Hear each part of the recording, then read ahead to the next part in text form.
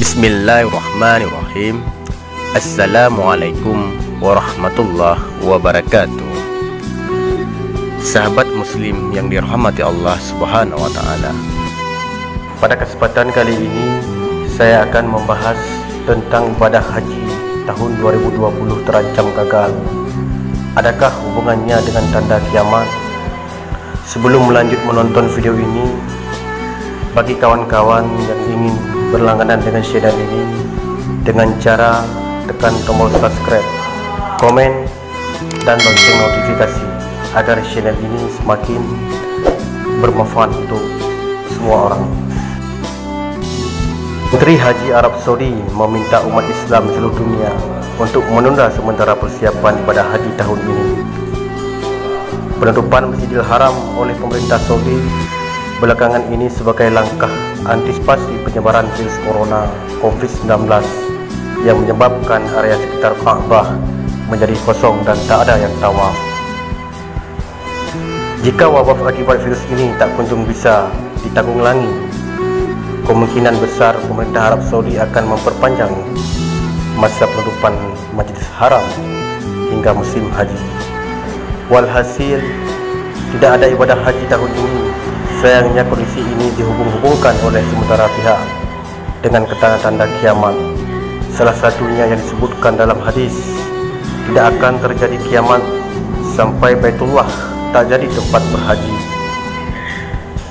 Tak tanggung-tanggung hadis ini diriwayatkan oleh Imam Al-Bukhari dalam sahihnya, kitab hadis yang paling otoritatif di tengah kaum muslimin. Secara harfiah, hadis ini memang menunjukkan satu peristiwa yang akan terjadi sebelum kiamat. Namun, tidak serta-merta ketiadaan orang berhaji di Baitullah mengantarkan peristiwa kiamat. Selain itu, peristiwa penutupan Ka'bah juga terjadi.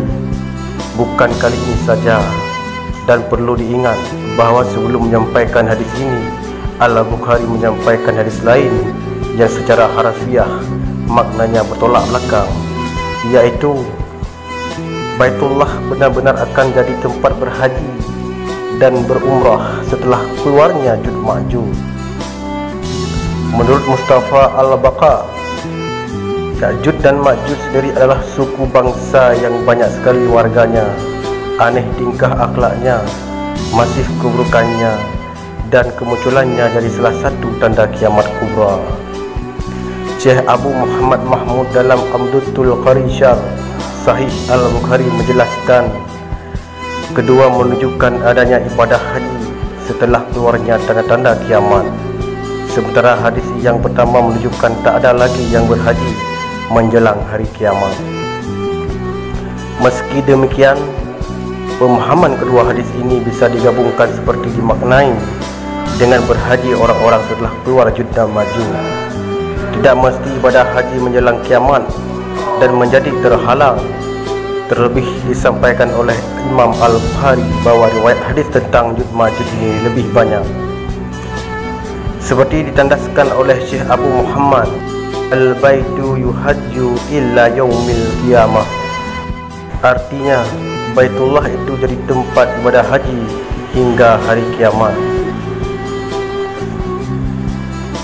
Muhammad Mahmud, Ummatul Qari Syekh Al-Bukhari jilid 9 halaman 236. Bahkan Allah telah menyatakan dalam Al-Quran, Allah telah menjadikan Ka'bah rumah suci itu sebagai pusat peribadatan dan urusan dunia bagi manusia.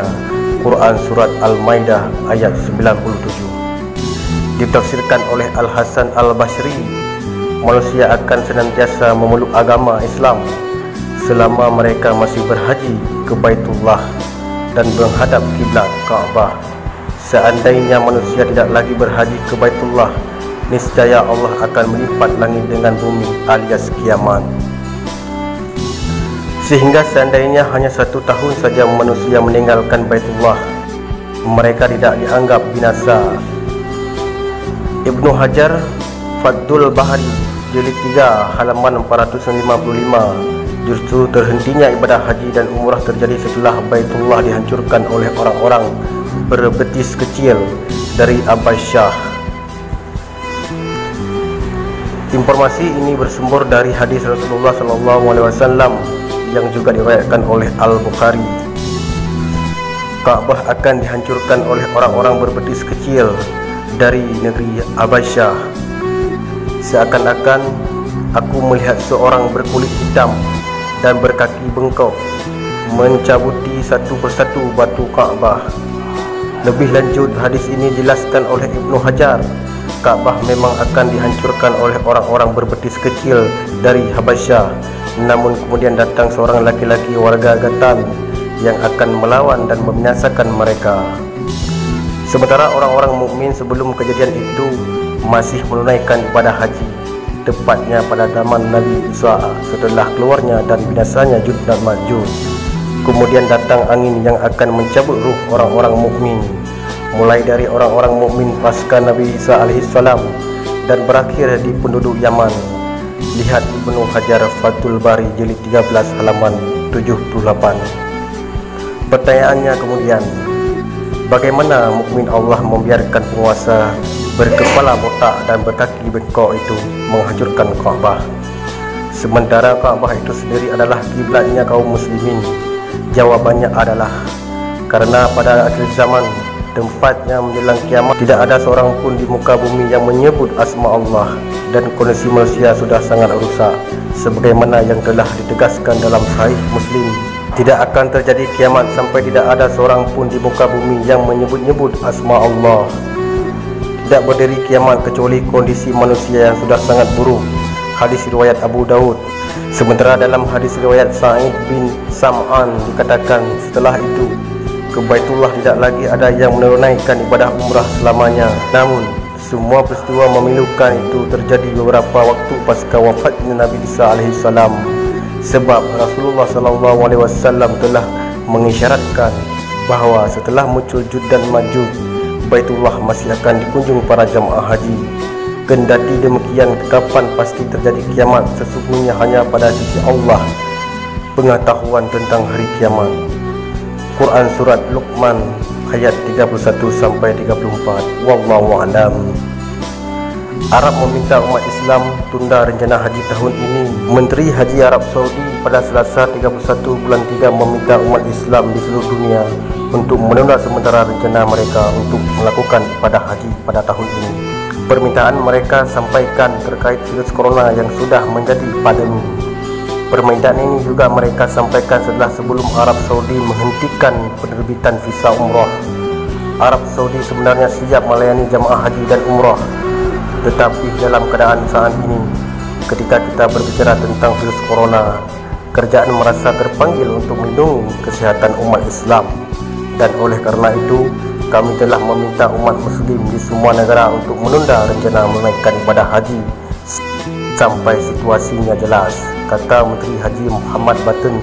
Pemerintah Saudi belum mengumumkan apakah dengan permintaan tersebut mereka akan melanjutkan penyelenggaraan kegiatan ibadah haji tahun ini yang dijadwalkan akan dilaksanakan akhir Juli mendatang atau tidak. Maklum, penyelenggaraan ibadah haji memang memberikan pendapatan besar bagi kerajaan Arab Saudi. Pada tahun lalu saja ibadah tersebut berhasil menarik 2,5 juta muslim ke Arab. Kedatangan 2,5 juta orang muslim tersebut telah memberikan pendapatan besar bagi Arab Saudi. Wabah virus corona terus menyebar luas belakangan ini. Sampai dengan berita ini ditulis, virus sudah menginfeksi 846.000